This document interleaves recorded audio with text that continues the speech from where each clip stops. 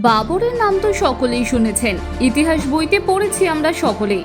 তার ভারত জয়ের কথা, বীরত্ব, মুঘল সাম্রাজ্যের প্রতিষ্ঠা। কিন্তু আজকের ভিডিওতে থাকছে বাবরের প্রেম কাহিনীর গোপন অধ্যায়। জানেন কি, বাবর উভকামী ছিলেন। যৌবনে তিনি গোপনে এক ছেলেকে ভালোবেসে ফেলেছিলেন। সে কি সমকামী ছিলেন, নাকি অন্তত উভলিঙ্গ প্রেমে বিশ্বাসী ছিলেন? জানতে হলে পুরো ভিডিওটা দেখুন আর সাবস্ক্রাইব করুন আমাদের চ্যানেল তথ্যের সম্ভার। এরকম অদ্ভুত কথা জানলাম কি করে, এই প্রশ্নটা আপনাদের সকলের মনেই আসছে। কারণ এটা তো কল্পনা নয়, এটা ঘটে যাওয়া ইতিহাস। বাবরের নিজের লেখা আত্মজীবনী বাবরনামাতেই তিনি স্পষ্টভাবে সেই অনুভূতির কথা লিখে গিয়েছেন।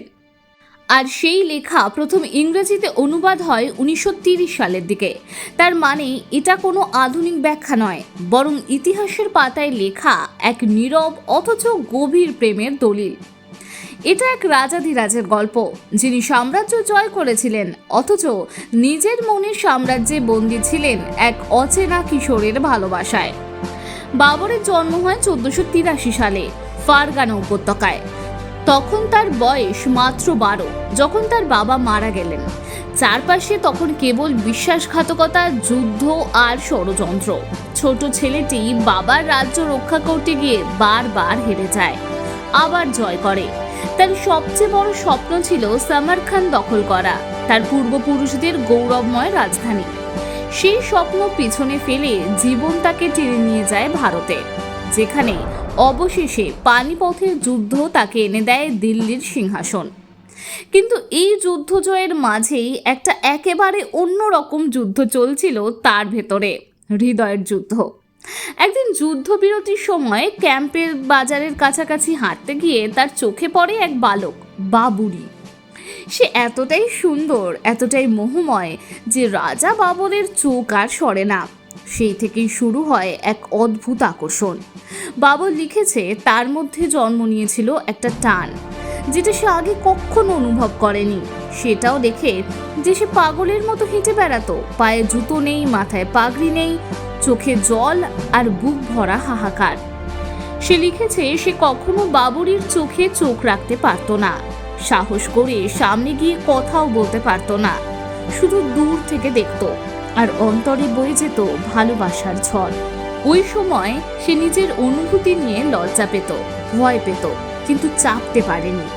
এমনকি সে কবিতা লিখেছে সেই ছেলেকে নিয়ে। সেখানে সে বলেছে, কেউ যেন তার মতো ভালোবাসায় অসহায় না হয়, কেউ যেন এমন প্রিয়জন না পায় যে এতটা নির্দয়, এতটা উদাসীন। এই অনুভবটা শুধু শারীরিক টান ছিল না, এটা ছিল এক ধরনের মানসিক আকর্ষণ। বাবরই তাকে কোনোদিন ভালোবেসেছিল কিনা সেটা জানা যায়নি, কিন্তু বাবর জানতো এই ভালোবাসা সত্যি। তার ডায়েরিতে এত খোলামেলা আত্মপ্রকাশ ছিল তার সাহসিকতার প্রতীক। কারণ সে রাজা হয়েও নিজের প্রেম লুকায়নি। কিন্তু তার প্রেমের শেষ হলো কিন্তু বিষাদে। বলা হয় পানিপথের যুদ্ধের সময় বাবরই হয়তো প্রাণ হারায়, হয়তো যুদ্ধের মাঠে পিষে মারা যায় হাতির পায়ে। এরপর বাবরের ডায়েরিতে আর সেই উচ্ছ্বাস নেই, সেই আবেগ নেই, শুধু রয়ে গেছে শূন্যতা। সে বিয়ে করেছিল, তার সন্তানও হয়েছিল, তবে সে ধরনের অনুভব আর তার কোনো নারীর ওপরে হয়নি, বা সেই নারীকে নিয়ে বাবর কিন্তু আর লেখেনি। বাবরই ছিল তার হৃদয়ের একমাত্র বসন্ত। মাহাম বেগম ছিলেন বাবরের সবচেয়ে প্রিয় স্ত্রী, এবং তিনিই ছিলেন হুমায়ুনের মা। মাহাম বেগম অত্যন্ত শিক্ষিতা, রুচিশীল আর রাজনীতিতে পারদর্শী এক নারী। বাবরের মৃত্যুর পরও মাহাম বেগম রাজপরিবারে বেশ প্রভাবশালী ছিলেন। বাবর তাকে এতটাই ভালোবাসতেন যে তার মৃত্যুর আগে পর্যন্ত মাহাম বেগম ছিলেন তার সবচেয়ে কাছের মানুষ। এখন মনে হতে পারে যে বাবর কি তাহলে সমকামী ছিলেন? সেক্ষেত্রে বোঝা দরকার, মুঘল আমলের শুরুতে, মানে বাবরের সময়, সমাজে সমকামিতা নিয়ে চিন্তাভাবনা কিন্তু আজকের মতো কঠোর ছিল না। হ্যাঁ, ধর্মীয় দিক থেকে সমকামী কাজকে পাপ হিসেবেই ধরা হতো, কিন্তু বাস্তবে, বিশেষ করে রাজসভা বা উচ্চ সমাজে, এই বিষয়টা অনেকটা গোপনে সহ্য করা হতো। মানে ধর্মীয় আইন মতে সমকামী আচরণ অবশ্যই দণ্ডনীয় ছিল, একথা ঠিকই। কিন্তু বাস্তবে আদালতে তার বিচার খুব কমই হতো, কারণ এসব সম্পর্ক বেশিরভাগ সময় গোপনে চলতো এবং প্রমাণ করা কঠিন ছিল। উপরন্তু রাজা নবাবদের বিরুদ্ধে এমন অভিযোগ আনা সাধারণ মানুষের সাধ্যের বাইরে ছিল। তাই ইতিহাস যদি বলে বাবর শুধু যুদ্ধজয়ী ছিল, তবে তা কিন্তু অসম্পূর্ণ। বাবর ছিল একজন প্রেমিক, যাকে ভালোবাসার তাড়া করেছিল সারা জীবন। রাজ্য জিতেছিল সে, কিন্তু হৃদয় কিন্তু হেরে গিয়েছিল। আপনারা যদি জানতে চান বাবরের প্রেমের আরও অজানা গল্প, আমাদের কমেন্ট করে জানাতে ভুলবেন না। পরের পর্বে আমরা তুলে ধরব সেই অদ্ভুত হৃদয় বৃত্তান্ত।